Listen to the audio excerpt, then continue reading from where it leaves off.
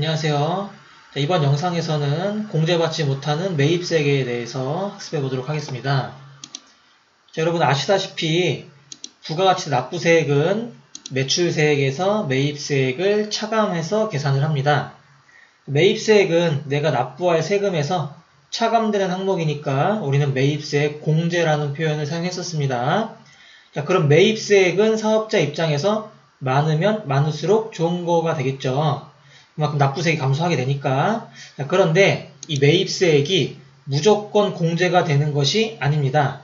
왜냐하면 국가가 어떤 정책적 목적을 달성하기 위한 수단으로 세금이 활용되는 경우가 있는데 부가가치세법에도 그런 법조항이 있기 때문입니다. 예를 들어서 접대비는 소비성이 아주 강한 경비입니다. 그런데 이러한 접대비 명목으로 거래처 선물 사고 식사하고 하면서 과다한 비용 처리했을 경우에 납부세액을 크게 감소시킬 수 있는 가능성이 있다고 보고 좀 극단적으로 봤을 때 과다 지출로 인해 기업의 재무구조를 아주 취약하게 할 수도 있다고 봐서 아무리 많은 돈을 접대비로 지출해도 이와 관련해서 발생한 매입세액은 공제해주지 않게 되는 것입니다. 그래서 이번 영상에서는 이런 접대비처럼 부가가치세법에서 공제해주지 않는 매입세액에는 어떠한 것들이 있는지 정리해보도록 하겠습니다. 자, 공제받지 못할 매입세액 첫 번째로는 세금계산서에 필요적 기재사항이 누락된 경우에 관련된 매입세액을 공제해주지 않습니다. 세금계산서는 매입세액 공제의 근거 서류인데 당연히 세금계산서에 필요적 기재사항이 누락이 되면은 정상적인 세금계산서로 볼 수가 없어 관련된 매입세액을 공제해주지 않습니다. 참고로 필요적 기재사항은 4가지라는 거 기억하시죠? 공급자의 등록번호와 상호, 공급받는 자의 등록번호, 공급과액과세액, 작성 연월일 이렇게 총 4가지였습니다. 그런데 이 필요적 기재사항이 누락된 경우만 매입세액 불공제 해주는 게 아니라 세금계산서를 수취하지 않았거나 또는 세금계산서의 여러가지 항목들이 부실기재가 되어 있거나 또는 매입처별 세금계산 사기표가 제출되지 않거나 했을 때도 관련된 매입세액을 공제해주지 않습니다. 자, 다음으로 사업과 직접 관련이 없는 지출이 발생했을 경우에도 관련된 매입세액을 공제해주지 않습니다. 이런 사업과 직접 관련이 없는 것의 가장 대표적인 게 대표이사가 개인적인 용도로 지출하고 회사 비용 처리하거나 하는 경우가 있습니다. 매입세액을 공제해주는 가장 큰 이유는 이거 사와서 더 비싼 거 만든 다음에 더 비싸게 팔아서 더 많은 매출세액을 세금으로 걷어들이고자 하는 어떤 과세 당국의 큰 그림이 있는 건데 사업이랑 관련이 없는 지출이면 매출이랑도 연결되지 않을 거고 당연히 과세 당국 입장에서는 굳이 매입세액을 공제해줄 필요가 없는 거죠. 그래서 사업과 직접 관련이 없는 지출과 관련된 매입세액도 불공제 대상입니다. 자, 다음으로는 우리 시험에서 가장 많이 나오는 항목 중에 하나죠.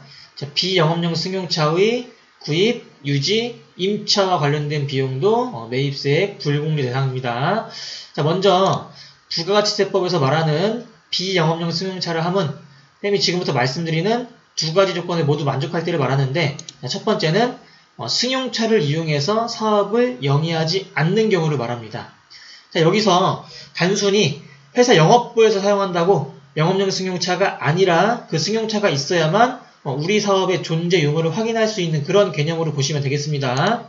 자, 예를 들어서 택시회사의 승용차와 가구회사 영업부의 승용차를 비교해 볼게요. 택시회사는 이 승용차가 있어야만 반드시 이 사업이 이루어질 수가 있겠죠. 그래서 택시회사의 승용차는 영업용 승용차로서 관련된 매입세액이 공제가 가능한 겁니다. 비영업용이 아니니까. 그런데 가구회사 영업부, 아무리 영업부라 하더라도 꼭 승용차가 있어야만 영업을 할 수 있는 게 아니죠. 좀 불편하겠지만 택시 타거나 버스 타고도 충분히 영업활동을 할 수 있을 겁니다. 그래서 가구회사의 영업부에서 사용하는 승용차는 비영업용 승용차로서 관련된 비용이 매입세액이 불공제가 된다는 얘기입니다. 자, 이해되실까요? 자, 2번째 조건으로는 자, 배기량 조건인데 자, 1000cc가 초과되는 경우에 매입세액이 불공제가 되는 겁니다. 자, 일단 이 1000cc 배기량이라는 거는 그냥 엔진의 크기라고 생각하시면 되는데 그냥 클수록 좋은 거라고 보시면 돼요. 그래서 이 2가지 조건을 다 만족하는 거 대표적으로 뭐가 있냐면 여러분들 자동차 잘 아실지 모르겠는데 그랜저, 소나타 이런 거 있죠. 이런 것들이 택시회사가 아닌 경우에 뭐 가구회사라든가 뭐 과자회사라든가 이런 곳에서 사용하는 것은 전부 다 매입세액이 불공제가 된다는 거죠. 자, 그런데 지금 선생님이 경차 제외라고 써 있는데 경차는 배기량이 1000cc가 안 되는 차들입니다. 그래서 만약에 가구회사 영업부에서 경차를 사용한다. 그럼 그 경차는 배기량 조건을 만족하지 못하니까 매입세 공제가 가능한 거죠. 자, 이해되실까요? 그래서 정리하면은 부가가치세법에서 택시회사, 렌터카 회사, 운전면허 학원 등이 사용하는 영업용 승용차를 제외한 일반 회사에서 사용하는 승용차 중에서 배기량이 1000cc가 초과되는 승용차의 구입, 유지, 임차 비용을 불공제한다. 뭐 이렇게 이해하시면 되겠고요. 자, 마지막으로 1번과 2회의 차, 예를 들어서 버스나 트럭 같은 경우에는 당연히 다 공제가 됩니다. 왜? 어떤 회사에서 이거를 당연히 영업용 아닌 목적으로 살 일은 없을 거니까. 그래서 버스라든가 뭐 화물, 트럭 이런 건 전부 다 매입세 공제가 가능하다고 알고 계시면 되겠습니다. 자, 다음으로는 접대비 관련 매입세액이 있는데 이건 시작할 때 말씀드렸으니까 넘어가고요. 자, 5번째로 사업자 등록 전의 매입세액도 불공제 대상입니다.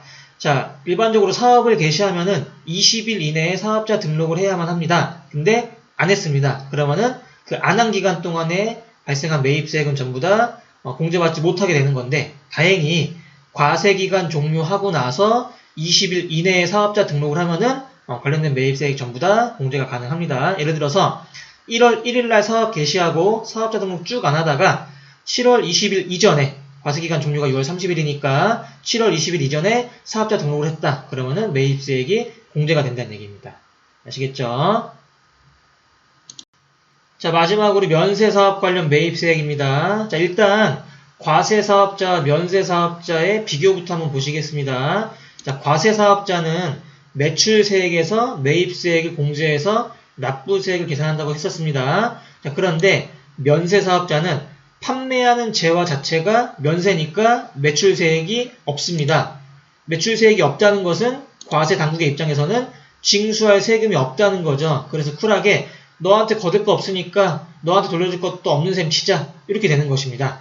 자, 그러면은 면세사업자는 매출세액이 원래 없고 매입세액은 있어도 불공제가 되는 거니까 부가가치세법상 의무가 거의 없다고 봐야죠. 그래서 부가가치세법 사업자도 아닙니다. 자, 우리 예시 하나 들어보고 마무리하도록 할게요. 자, 우리는 과세사업과 면세사업을 같이 영위하는 겸용사업자라고 해볼게요. 자, 복사기를 부가가치세 포함해서 110만원에 사왔습니다. 그럼 세액은 10만원이죠. 자, 그런데 이거 면세사업을 위해서 사왔다고 해볼게요. 자, 면세사업과 관련된 매입세액은 불공제니까 이 10만원 공제받지 못한다는 겁니다. 아실까요? 자, 그리고 토지라는 것도 면세재화죠. 그래서 토지와 관련된 자본적 지출이 발생하면은 이 지출도 매입세액 불공제 해준 거니까 이것까지 잘 기억하시면서, 자, 오늘 이번 영상에서는 매입세액 불공제되는 항목들에 대해서 공부했었는데 복습 잘 하시면서 까먹지 않도록 해주시길 바라겠습니다. 자, 수고하셨습니다.